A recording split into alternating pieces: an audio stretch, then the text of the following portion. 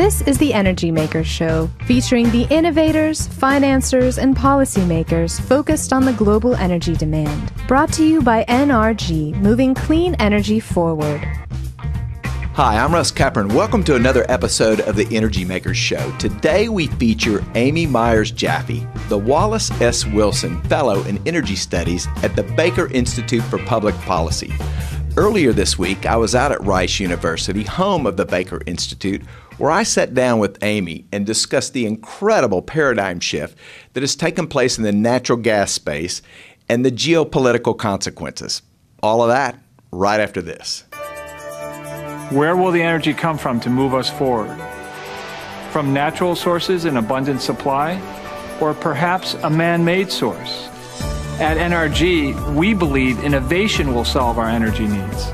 That's why NRG is moving away from fossil fuels towards wind, solar, and other sustainable technologies to power the smart grid, the electric car, and our clean energy future.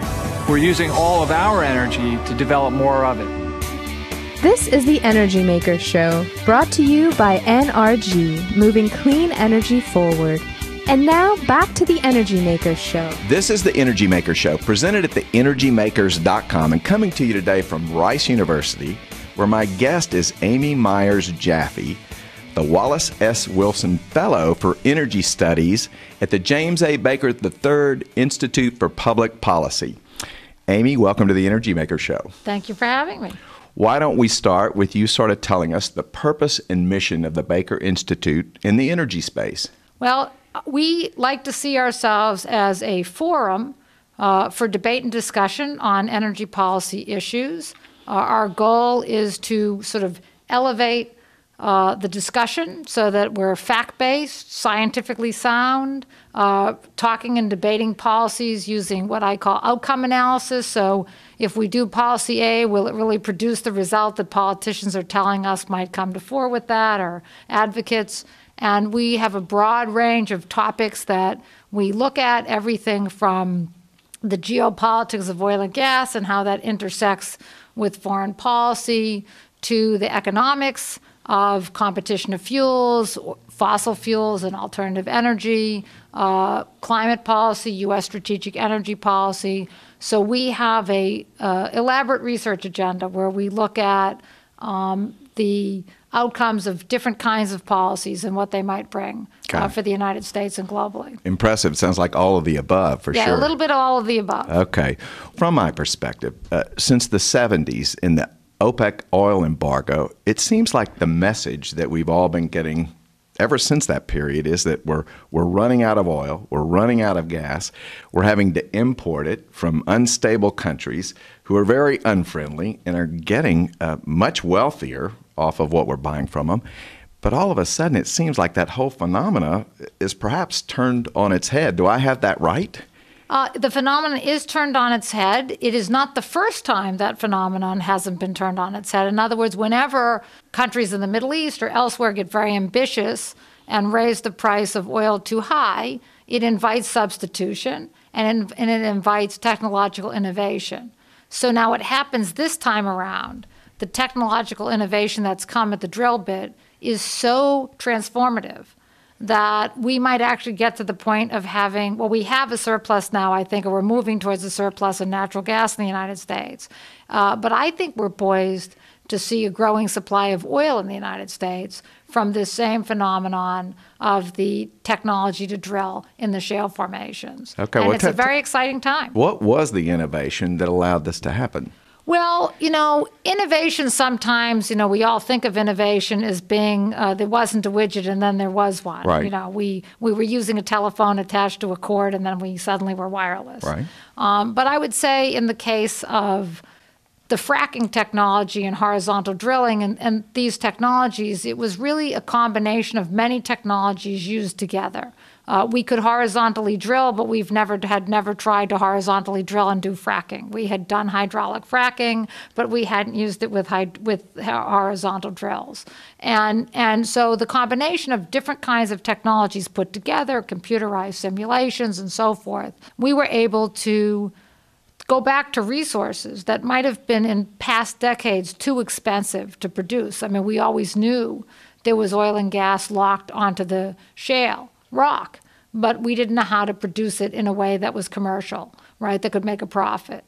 And even at the time when people first started, and we all know great Houstonian George Mitchell, who was one of the first, who was a believer in what in those days we originally called the Austin Chalk, and now we call it the Barnett Shale.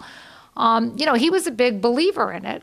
And it took a lot of work, and I like to tell the story because it was a combination of his risk-taking and entrepreneurship, but also, in fairness to government policy, the Carter administration, which is usually so besmirched for wasting money on, energy technologies that didn't pan out. The truth is, a lot of those technologies, even if they didn't pan out in the 70s, something we learned by trying them in the 70s is being utilized today. And that was some of the technology that George Mitchell took off the shelf. Really cool. To commercialize. Really cool.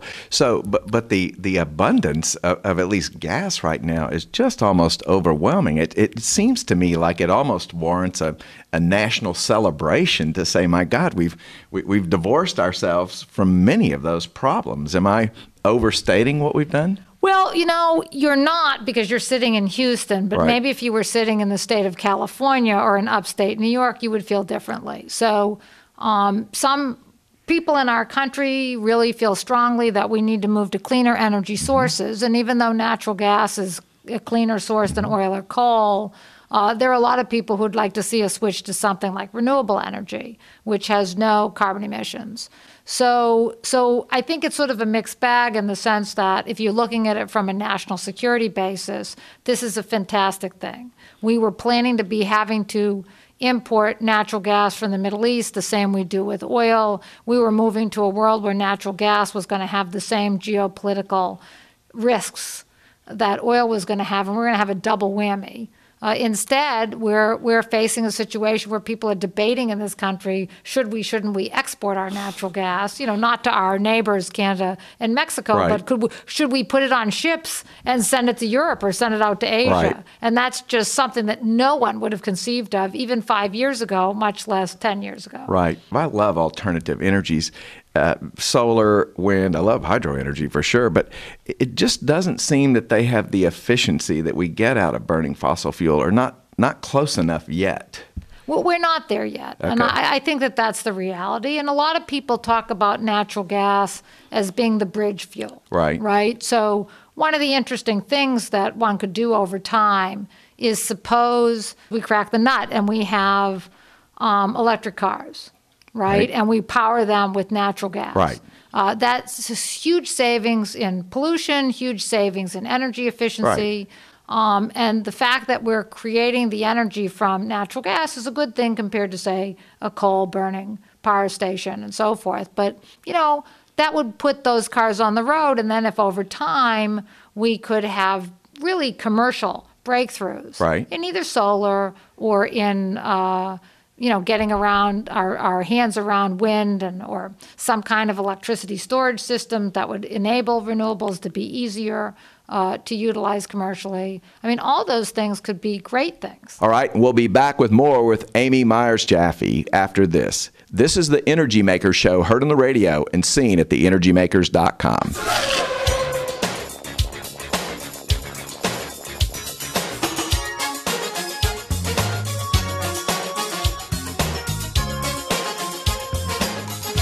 The future is here. You can't see it. It's electric. At NRG, we're providing clean energy and now charging stations to make the electric car a reality. Kinda makes you want a boogie woogie, doesn't it? NRG, moving clean energy forward. This is the Energy Makers Show, brought to you by NRG, moving clean energy forward. And now, back to the Energy Makers Show. Okay, continuing on with Amy Myers Jaffe. Amy, you mentioned geopolitics several times. It's amazing the role that the cost of energy plays in our political associations with these other countries. I've read a couple of pieces of the works that you've worked on, and it's amazing, probably the impact on Russia and perhaps on Venezuela as well, and Iran, that we now have this abundance of inexpensive natural gas. Well, the interesting thing is, who would have benefited had the United States become a major importer of natural gas in the form of LNG, liquefied natural gas by ship? Who would have benefited? Well, the greatest benefiter would have been Russia. Right? And also Iran. So the interesting thing about now having our own gas is that probably there's going to be such a surplus of gas now globally because the United States is not pulling gas out of the international trading market that we don't need any gas from Iran, probably not for the next 20 or 30 years. That has huge benefits. That means that when our president or the EU or in combination go forward to countries like China or Japan or other countries and we say we would like to have sanction on Iran, we're unhappy with their support of international terrorism or we're concerned about their pursuit of nuclear weapons, that we don't have to worry about those countries feeling like they're going to be short natural gas supply and they need the Iranian gas because they're just not going to need the Iranian gas. And same thing with Russia. People were concerned about whether the Russians could inhibit democracy in Europe or put European governments under pressure to accept certain conditions for their gas. Because what if Russia cut their gas off? And then people in Europe were in the winter and it was cold and there was no ability to heat or they had to turn their electricity off for certain hours of the day. So the great thing about the shale gas is not only did our not importing means that all the other LNG supplies could go to Europe, which is absolutely, crushing the petropower of the Russians. And we've already seen that. But it means that over time, the Europeans themselves have shale, and they'll be able to develop that shale to the point where our projections are that Russia might go down to be not even more than 10% of European supply in the next couple decades. That would be real interesting. Now, I've had the opportunity to interact with several of the consul generals here in Houston, the European consul generals, and anytime shale and fracking comes up, their reaction, not that this might be what ultimately happens, is that they're not interested in all. They seem to be so committed to clean tech that they think that even shale fracking for natural gas is not viable. You kind of talk about that as though you think that's going to change over time? Well, I think, first of all, every nation's different. So Poland, for obvious reasons, is very enthusiastic about developing their shale. In a place like France, where people have concerns not so much about renewable energy, because in France they use a tremendous amount of nuclear. It takes a lot of water to do hydrofracking. In the areas where there's shale in France happens to be wine country, which it also takes a lot of water to grow grapes and make wine. And so you have sort of competing interests and competing concerns about the environmental impact of fracking. So, but in terms of renewable energy, I would have two observations. The first one is that natural gas isn't necessarily negative for renewable energy. I mean, wind blows at night, at least here in the United States, wind blows at night. And so if I could plug in my car at night, then that would balance out the load. If when wind isn't blowing, I can back it up with natural gas. That's a very important element to making the wind commercially viable. So I don't necessarily think it's a all or nothing thing. And I think with Europe, with renewable energy, the jury's kind of out. It's doing very well because Europe's economy has slowed. They've gone way beyond the targets they expected for renewable energy because say they were trying to get to 20%. Now what is 20% of the market's a smaller number. But I think the other thing that, really is going to come to bear is that with the debt crisis, people are not going to have the luxury to subsidize something that doesn't make commercial sense. So renewables are really in Europe going to have to compete on their own merit. And I don't think that companies that supply renewable energy in Europe are going to really be able to count on the kind of massive subsidization that it took to get it started. Before I let you go, share your perspective that the general population, kind of doesn't understand what has changed, but also doesn't quite understand the extent to which in the economy we depend upon energy in products both for transportation and for power. I just happened to be in New York City, I think it was August the 13th in 2003 when they had the power outage. talk about a mess. It was amazing how many things don't work. And we've certainly experienced that here before with hurricanes as well. I almost think there has to be kind of a general population energy education take place to both understand how, we've suddenly improved the situation, but how dependent we are upon it now. I do think that people have this feeling that electricity is invisible, it's free, I don't really know what goes behind it. And so people have this belief system that's really incorrect. They believe that they can block pipelines all across the United States and that won't raise their energy costs.